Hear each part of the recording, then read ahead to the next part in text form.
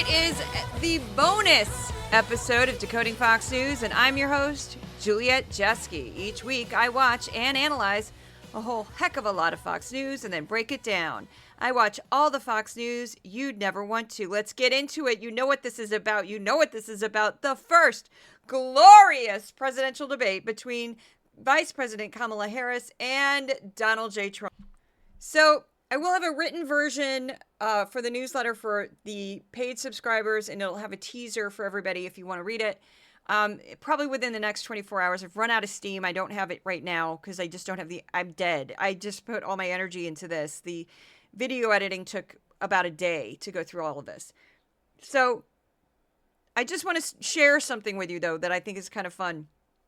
My mother sent me a text about my father because my dad has been a fan of Kamala Harris since 2016. Now, let me describe my father, which would explain this a little, make this a little bit more like, what?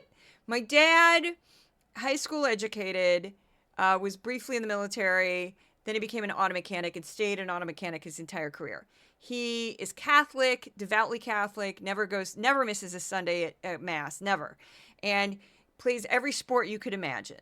He wore a blue shirt, an actual blue shirt, to work every single day with a name tag that has name on it. Went to Central Garage at the gas company and fixed cars. That's my dad. He's not somebody who has like a huge library. He's not somebody who waxes philosophically, intellectually. He's just a simple man. He has a deep distrust of Republicans from, I don't know how far back that goes, but it goes all, it's like to the core of his being. He hated Reagan.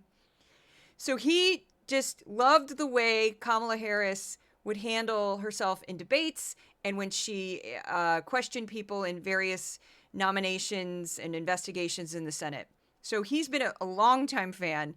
And he was saying in 2016 he wanted to see her debate Trump. So this was like momentous for my dad. So just wanted to share because it's kind of breaking every stereotype of what you think a Kamala Harris voter would be. So I think the media does focus too much on what, these ideas of like, oh, well, East Coast and West Coast people will like less liberal and people in the Midwest won't. And I'm like, just stop it. Just stop it. It's ridiculous. You just got to connect with people, which I think she did last night. So we're going to start with the first video, but this is going to be an audio clip. I'm going to read off the names of who's in it rather than cut it up. This is Bret Baier, Laura Ingraham, Jesse Watters, Brit Hume, Harold Ford Jr., Martha McCallum, and Sean Hannity. These should all be familiar voices if you're a regular to Decoding Fox News. So I'm going to play this really quickly. This is the pre-show when they had hope, when they had a vision of how the evening would go. Here you go. This is a big night. I mean, usually you say debates maybe don't move the needle that much in the big picture. This one seems like it's bigger. But I think on the getting under his skin point, that's really her only card to play. It didn't say what his advice was, but it is so stunning. And you saw that timeline piece. 75 days ago, we were on this set watching him come out for that first debate. And the entire race changed. We were on set, all of us, the last time there was going to be a big debate, and you asked me to predict what was going to happen. And right before the debate, I said, I don't think this debate's going to change much. Thanks for playing. So I don't know if you really want to hear what I have to say. Give it a shot. Give it a shot. This is going to be so unpredictable because both of these people can self-destruct. We've seen Trump blow himself up. You've seen Kamala blow herself up and just wander around and search for things to say and maybe land it. Are they going to fact-check Trump live? If you had said 10 years ago the Democrat nominee would support that, I would have said you were cuckoo. I have a feeling that he'll come out of this debate in about the same position with the public that he holds going into it. You have to assume that he won't be bellicose and pugnacious. Enthusiasm that brought her into Chicago, Jesse, and then it has diminished. Just as a lot of people thought it would. The sugar high went away, and now these two are neck and neck again. So she has to do something bold tonight to try to take away some of those voters.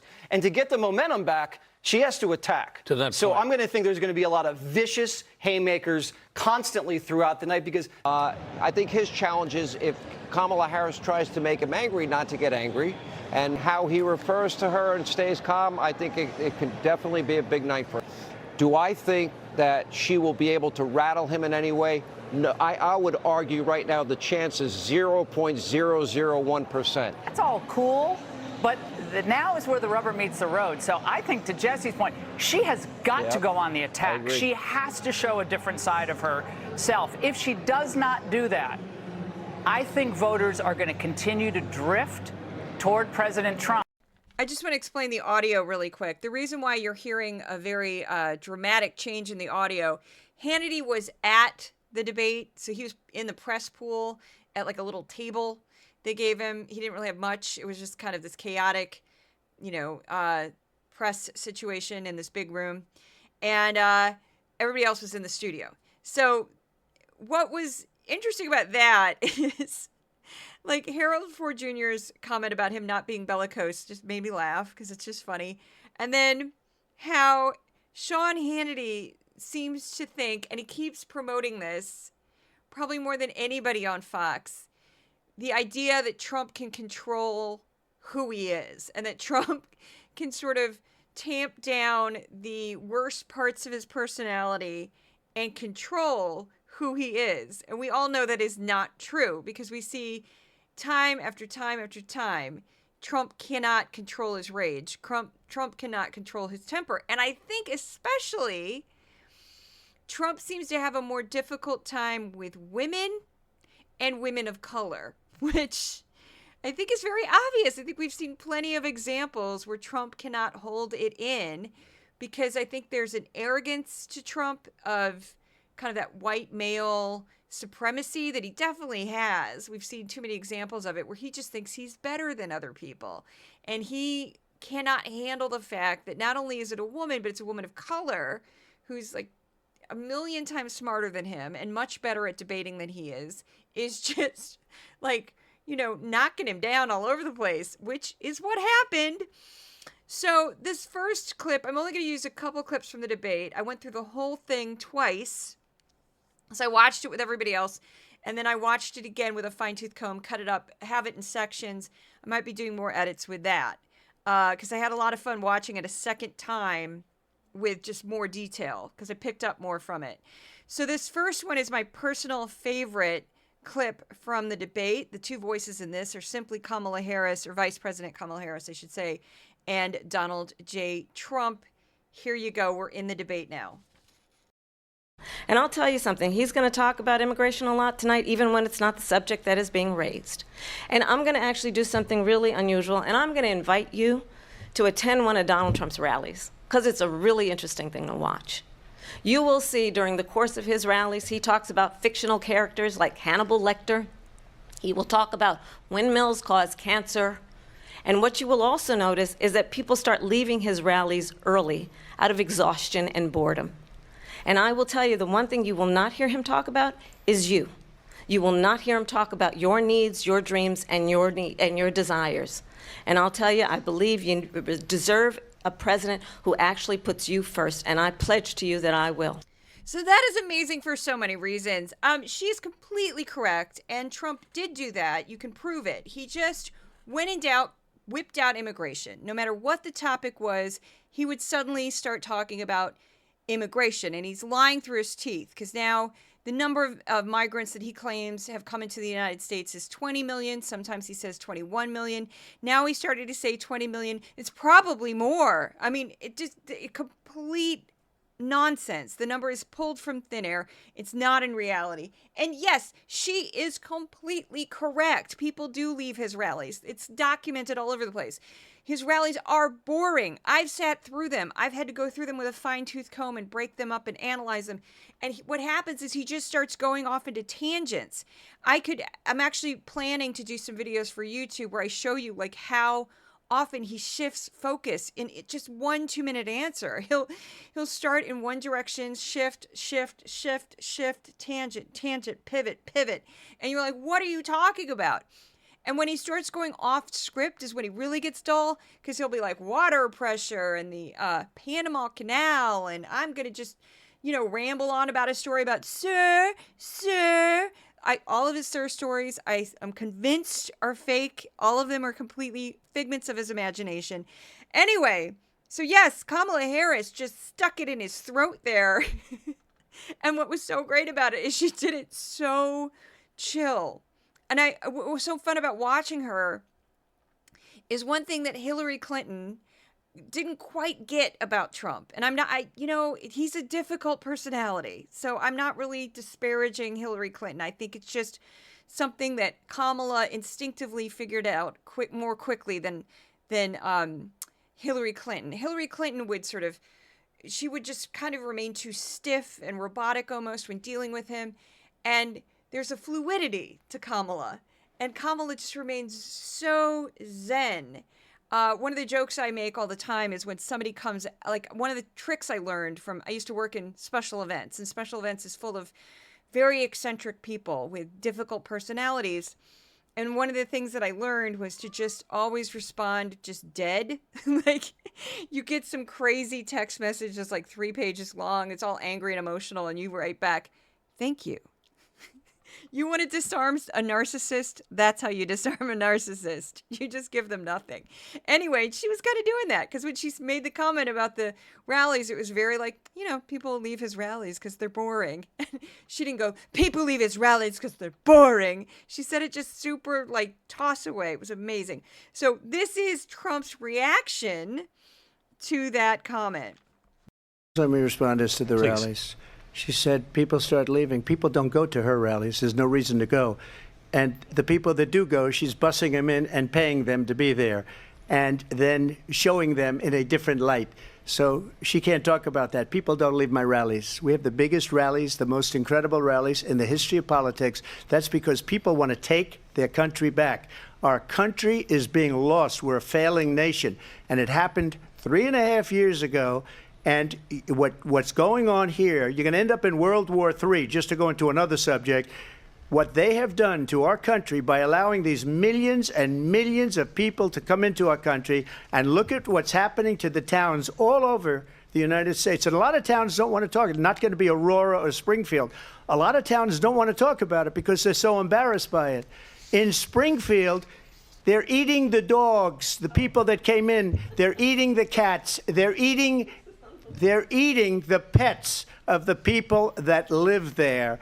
And this is what's happening in our country, and it's a shame. As far as rallies are concerned, as far as the reason they go is they like what I say. They want to bring our country back. They want to make America great again. It's a very simple phrase, make America great again.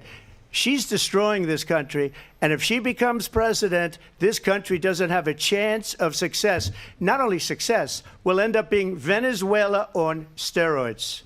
I just want to clarify here. You bring up Springfield, Ohio, and ABC News did reach out to the city manager there. He told us there have been no credible reports of specific claims of pets being harmed, injured, or abused by individuals within the immigrant community. Well, I've seen people on television. Let me just say here, this is the people on television say my dog was taken and used for food. So maybe he said that, and maybe that's a good thing to say for a city manager. I'm not taking this from but television. The people I'm on taking television it from the city saying manager. Their dog was eaten by the people that went there. Again, the Springfield city manager says there's no evidence of that. Vice President Harris, I'll let you respond to the rest of what you've heard. There's so much. I mean, he proved her right, for starters, in that kind of amazingly, she says he's going to talk about it. He's going to insert immigration whenever possible. She said that in her comment. Then she dissed his rallies, which is like, she went way below the belt on that one, which was brilliant because it wounded his ego. He can't handle that. Of course, he's going to flip out. So then he flips out. And what does he say? We're letting in millions of people. You just proved her right, you idiot. And then he brings up this crazy racist story about Haitians supposedly, allegedly stealing people's pets and eating them. So there is a video floating around of a woman who got arrested, like one person who got arrested, and she allegedly in the video killed a cat. Somebody says in the video, did you eat the cat? And I believe that woman is American. And that video is sort of like the kernel of this crazy story. There is no reports of this actually happening. The police have said this isn't happening. People in the area are saying it's not happening. But much like a crazy racist conspiracy theory, once it gets going, it doesn't stop. I used to live in a neighborhood, Flatbush, Brooklyn. You can Google this. It is Jamaican and Haitian primarily. 70% black. And I didn't see anything unusual at all among my neighbors. My Haitian neighbors were very lovely people, very nice, very religious, and very Christian, actually. There's a church in that area that a lot of them went to, and they would sometimes, this is kind of funny, they would knock on my door to spread the gospel, and they would always be shocked when this blonde white woman answered the door, because there wasn't a lot of white people in that neighborhood. So they were always like, oh, and I'm like, hey, and they'd be speaking French. And I'd be like, yeah, no, I'm not Haitian. Sorry. Thank you so much. And that would be it. So, no, I don't know what these people are talking about. It just seems like a racist smear against, a xenophobic smear against immigrants, and it's awful and it's gross. I should have said the other voice that you heard in that clip was David Moore, one of the moderators of the debate on ABC. So this next debate, we go back to Fox. Now, this is after the debate, which went on for a while, and it just never got better for Trump. Never got better for Trump. It was just, oh my goodness. He just kept melting down, and she just kept getting him with zinger, zinger, zinger, zinger, zinger.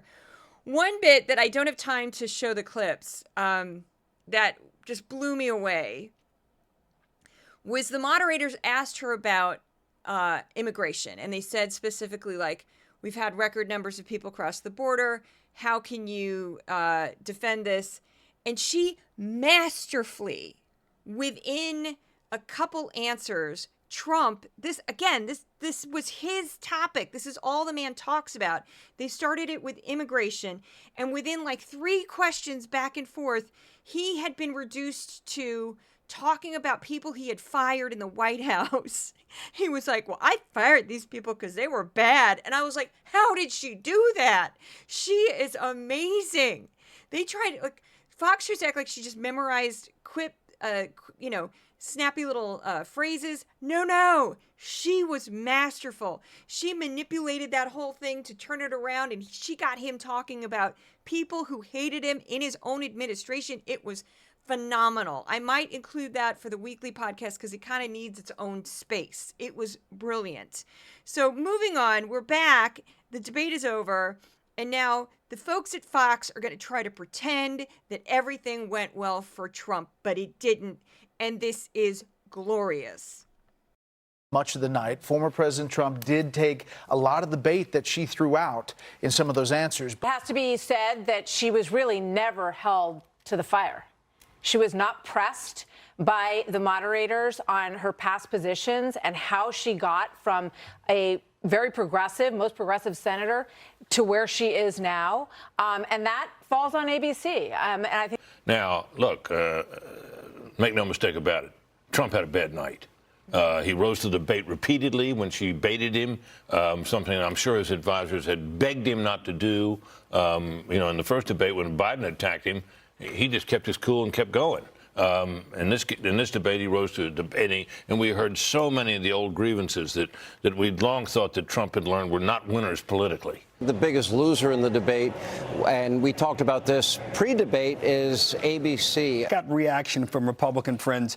The 2 common things were train wreck, and he needs this to end. I've never heard Donald Trump not be definitive about a set of plans. He said, I have concepts of a plan. Here we are. Jesse, your thoughts? I don't think the American people are watching and thinking any of these people won.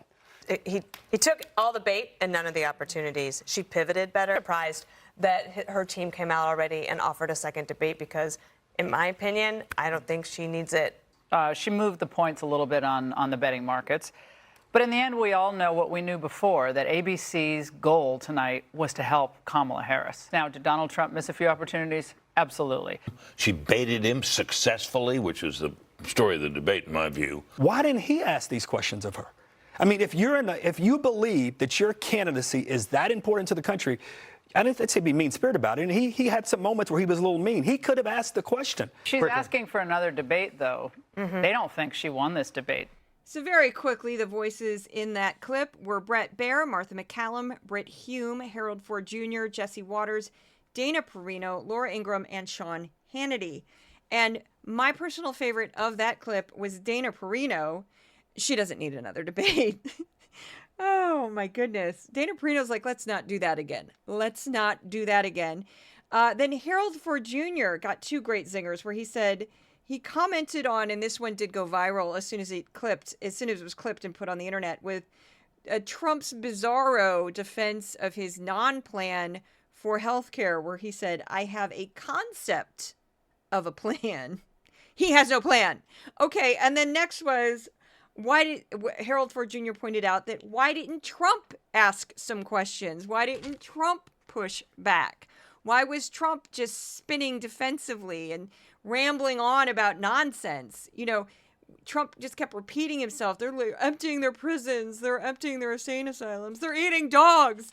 All of this nonsense. So that was kind of brilliant. And then Lori Ingraham, just tries to gaslight humanity and acts like it went well. She didn't win the debate. Are you kidding me? Okay. Wow. And then they keep trying to make stabs at ABC, which they also refer to as Disney at times. But next up, we have Hannity commenting on the debate. And they sort of went straight from the program that I just played you. That was the official commentary on the debate. And then they didn't go to Gutfeld. They went straight to Hannity. And Hannity, because again, he's there. He's at the debate. He's in the press pool. And Hannity, this is pretty spectacular what he does here. He has some big guests. I'm going to name them before I play it. Senator Ted Cruz, Senator J.D. Vance, Lara Trump, Senator Lindsey Graham, and Vivek Ramaswamy. Here you go. Here's the clip. Left-wing moderators, the biggest loser of the night, ABC Disney. Well, listen, I'm skeptical that Kamala's team will have her do a second debate. I think they're going to back out of that. I think they're going to send her back to Joe Biden's basement. The ABC moderators were complicit in her running a completely fact-free debate performance. I think 3-on-1 was a little frustrating. Yeah. Number two, I feel like watching Kamala Harris like I've taken some psychedelics, but Donald Trump actually answers the questions because he respects the American people enough to treat them like citizens. Look, Donald Trump would love another debate. He would love 3 debates because that's traditional what you do for presidential elections. Obviously, we know that that's probably not going to happen. Terribly moderated debate, 3 against 1. Oh, it was awful. The best closing in presidential debate history. That's true. So, I'm always going to give it to you straight. So a few things I would say is, did she exceed the very low expectations that were set for her? Yes, she did. His closing. What? His closing. Yeah. Everything you say you're going to do to make our country better, you've had 3.5 years. Where have you been? Now, I'm going to argue with Lindsey Graham here, Senator Lindsey Graham. I would say that Trump's closing statement was one of the worst closing statements in a debate I've ever seen in my life. And the reason why, and this is sort of like with advertising, you don't talk about your competitor. It's one thing to spar in a debate, going back and forth, back and forth, back and forth. But if you're going to, the closing statement should sum up everything about you, about what you're going to do for the country. And if you're going to make, let's say, a commercial for Coca-Cola, there's good reasons why in most commercials they never mention the name of a competitor. They might say competing brand. They might say a close competitor. They might hint of who they're talking about, but they're not going to name a competitor usually, because why are you advertising for your competitor?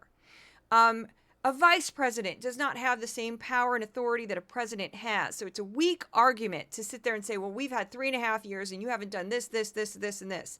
There's also something called Congress, and half the stuff he claims that she has power to do, she does not, because it would have to go through Congress.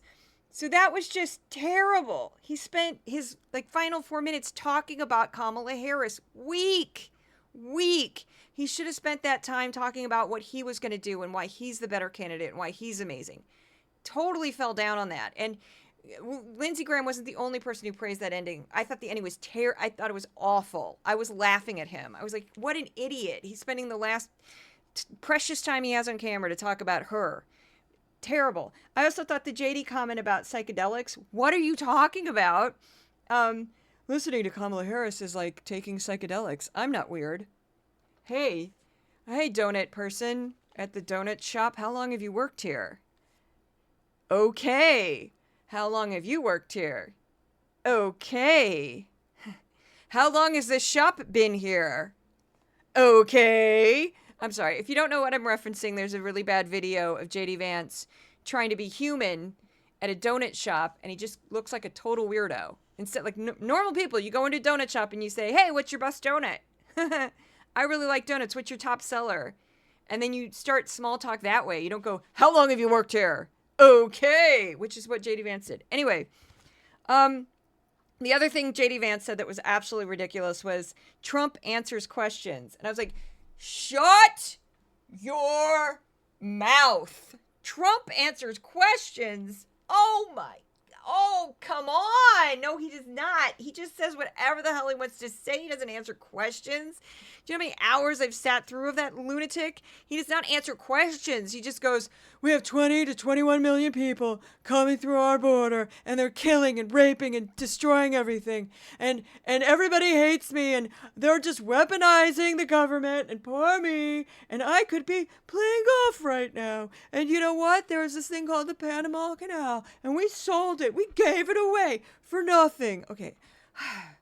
Sir, that's his addled brain. He doesn't answer questions. Shut your mouth. Okay. Before I play the next few clips, I should give a shout out to my sponsor, because I forgot to do this at the beginning.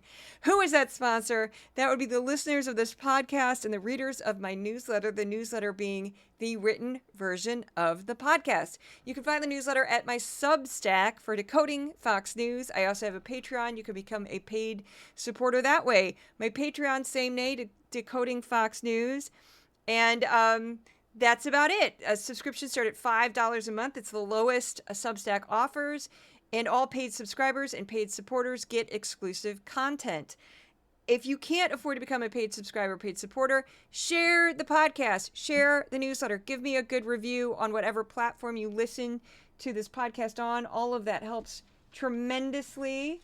And we're going to keep going. Now, this one I started editing as I was going through all this material pretty early, because I noticed this pattern and I went, wow, they're really desperate, aren't they? So this is a phrase, I don't want to give it away, but this is a phrase that I said, if you picked this for your drinking game, I suspect, and you took a drink every time you heard this phrase, watching the debate and the commentary, I suspect that you are now in the hospital being treated for alcohol poisoning, and I wish you well.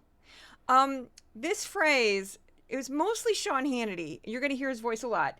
Just kept coming up, and I thought, why on earth are you bringing that up? How many Americans actually care about this issue? I can't imagine it's many. I can't imagine this polls well. But when you're desperate, you just want to scare people. Here it is. The voices in this clip are Jesse Watters, Hannity, that's Sean Hannity, Donald J. Trump, Senator Marco Rubio, and Governor Ron DeSantis. Here's the clip. Sex change surgeries for migrants, Brett? Well, we're going to pay for sex change surgery, not only for criminals, which we knew about, but now for illegal immigrants. Sex change operations for illegals and convicted felons, about sex change operations paid for by taxpayers for criminals and illegal immigrants. Now she wants to do transgender operations on illegal aliens that are in prison. Sex change operations for illegal immigrants, and now sex change surgery provided by taxpayers. This was someone who basically said that we should be paying for the sex change operations of illegal migrants in detention. Taxpayer-funded sex change operations. She supports. Now we're going to give free sex change operations to convicted felons and illegal immigrants. About sex change operations that taxpayers pay for criminals and for illegal immigrants, and sex change operations for illegals. That have come up in this debate. If you want sex change operations paid for by taxpayers for convicted criminals and illegal immigrants, don't you think that would come up in a debate?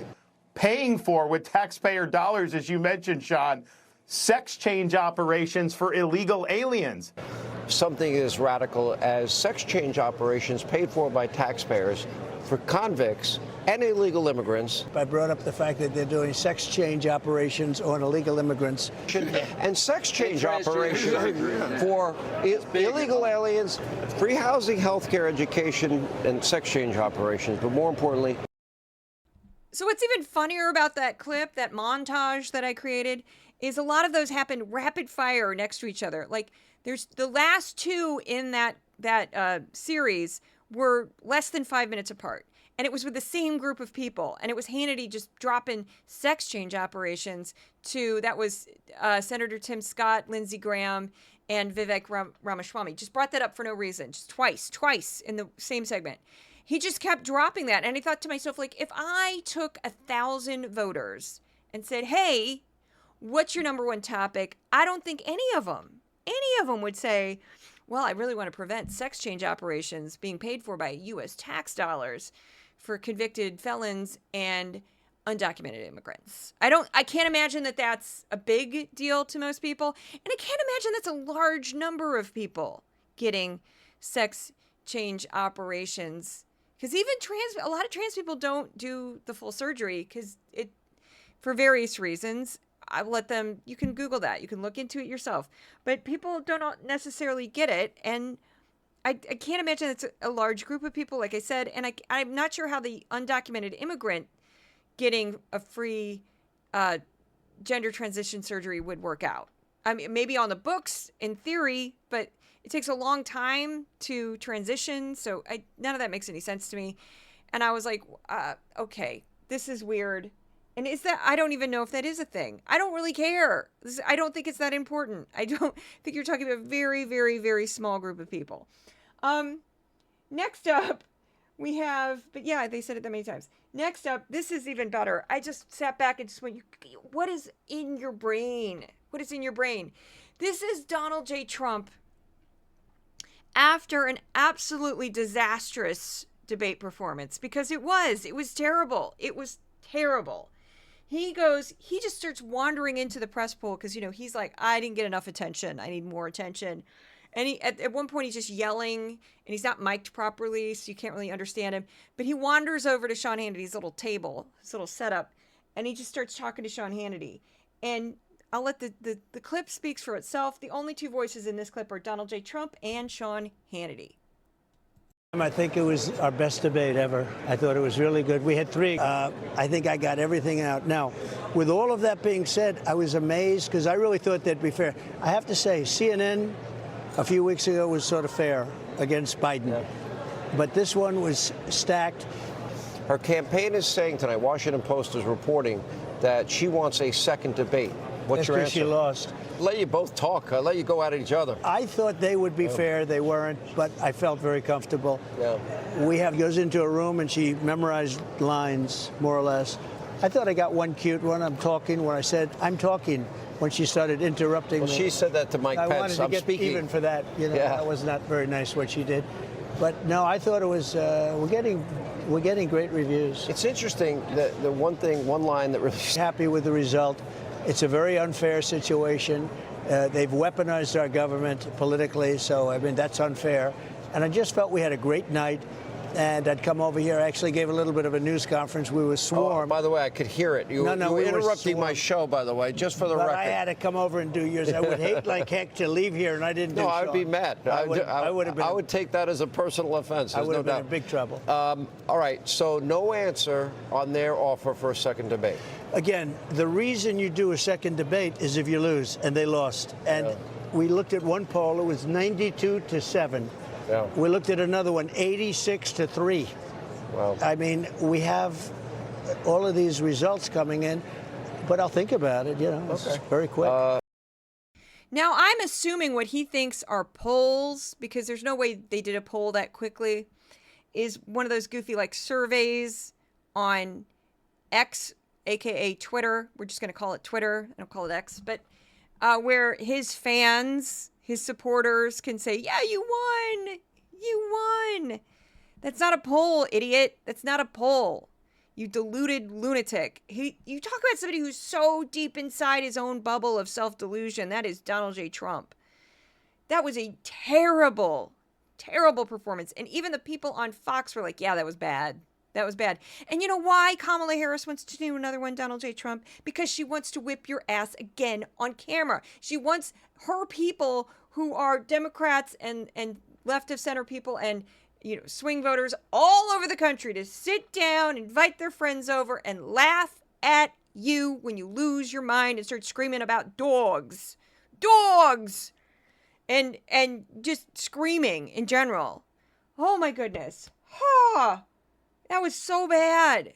You could tell yourself that it was good, but it was so bad. I also want to point out, you had one poll that was 86-3. That's some interesting math, sir.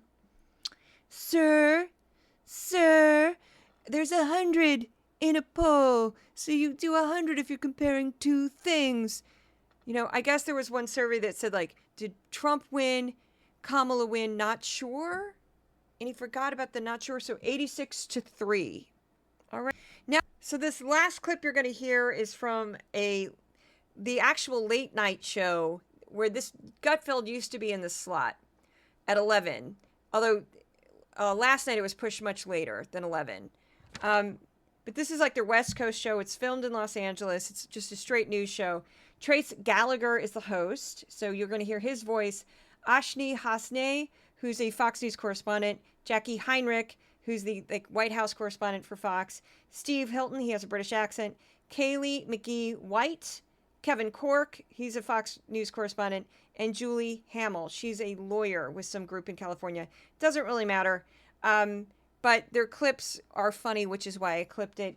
This is how the B-list crew, the late night crew, responded to the debate. And the two ABC moderators who allowed Harris to run unchecked while consistently fact-checking Donald Trump. Live analysis of the debate, the media's reaction to the debate, and the possibility of yet another debate. That some Republican sources were texting me during the debate performance, and they were complaining that the president took the bait from Kamala Harris way too often. In fact, one operative writes this: the vice president may be nearly a foot shorter than Donald Trump, but she made him look small. And a lot of people, even Republicans, thought the former president took the bait a lot tonight, much more than he should have. I don't think any of us really understood quite how much she was practicing goading him into going off the rails. She talked about January 6th, his indictments, his rallies, taunting viewers to go to a rally because they would see people leaving because they were bored. Which was, she baited him a lot. And so what you saw on display tonight was fake versus real. So I don't think that Trump had as bad of a night as some are making out to be. Yes, he fell for some of her bait. Yes, he rambled a bit. It was kind of T-ball. ABC let her tee up a lot of big-time hits. Fact checked. While the former president said on Truth Social tonight, I thought it was my best debate ever, especially since it was 3-on-1. Yeah. The entire debate went something like this. It was the moderators turning to Trump and asking, can you please explain to us why you're such a bad person? And then turning to Kamala Harris and saying, can you please explain why Donald Trump is such a bad person? Well, it's interesting as an attorney to watch because she's using a technique that I like to use in depositions and cross-examinations where you look at someone, you kind of smile, and you get them talking and you get under their skin and you say things like, well, people leave your rallies early. Just some petty remark, but in a very calm manner, and then they explode. And that's exactly what he did. So he fell into this very well-laid trap by Kamala. So that last voice was Julie Hamill, and the woman that you heard right before her was Kaylee McGee-White. She has 3 names. So, yes, very, very funny, hilarious, how deep in denial some of these folks are. It was a terrible, terrible performance. And I want to point out that the thing about Trump is that you can trigger him so easily. And at the same time, which Kamala Harris did point out numerous times in the debate, you can also manipulate him through flattery. If you just say, narcissists, I won't go down too much of a rabbit hole with this, but narcissists are very easily manipulated with flattery. If you know how to just say, you are amazing, you are the best person here, you're so brilliant, you're so amazing, you can get them at least briefly to do whatever you want.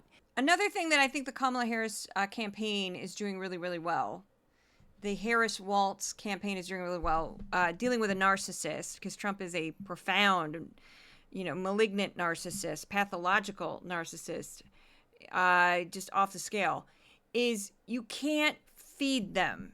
And it's something she's doing really well that Hillary didn't do. And again, I don't mean to disparage Hillary. I think we're all learning because Trump is so difficult.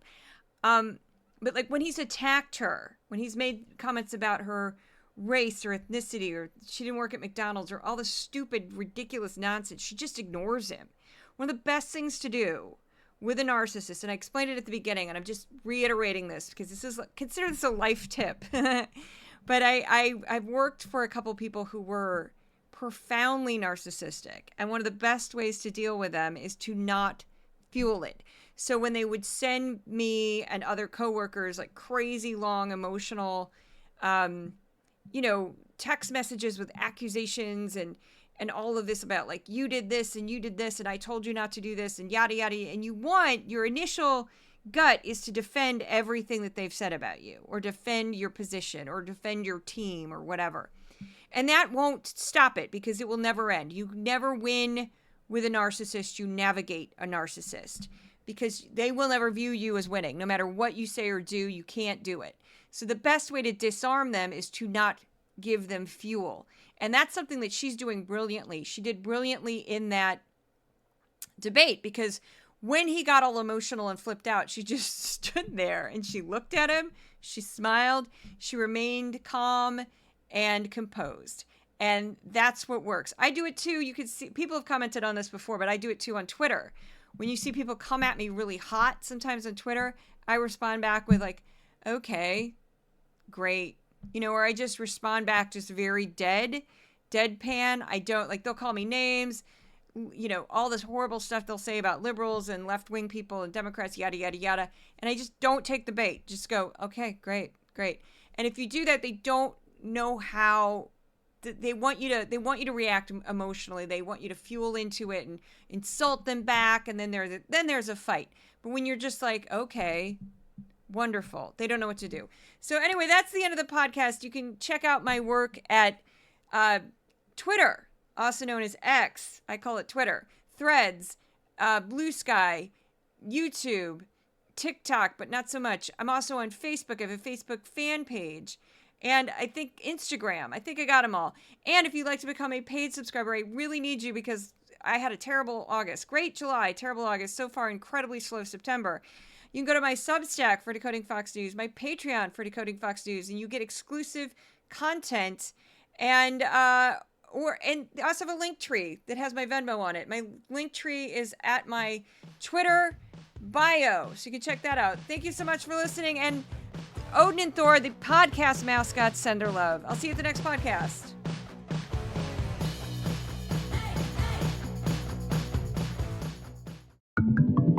Resolute Square.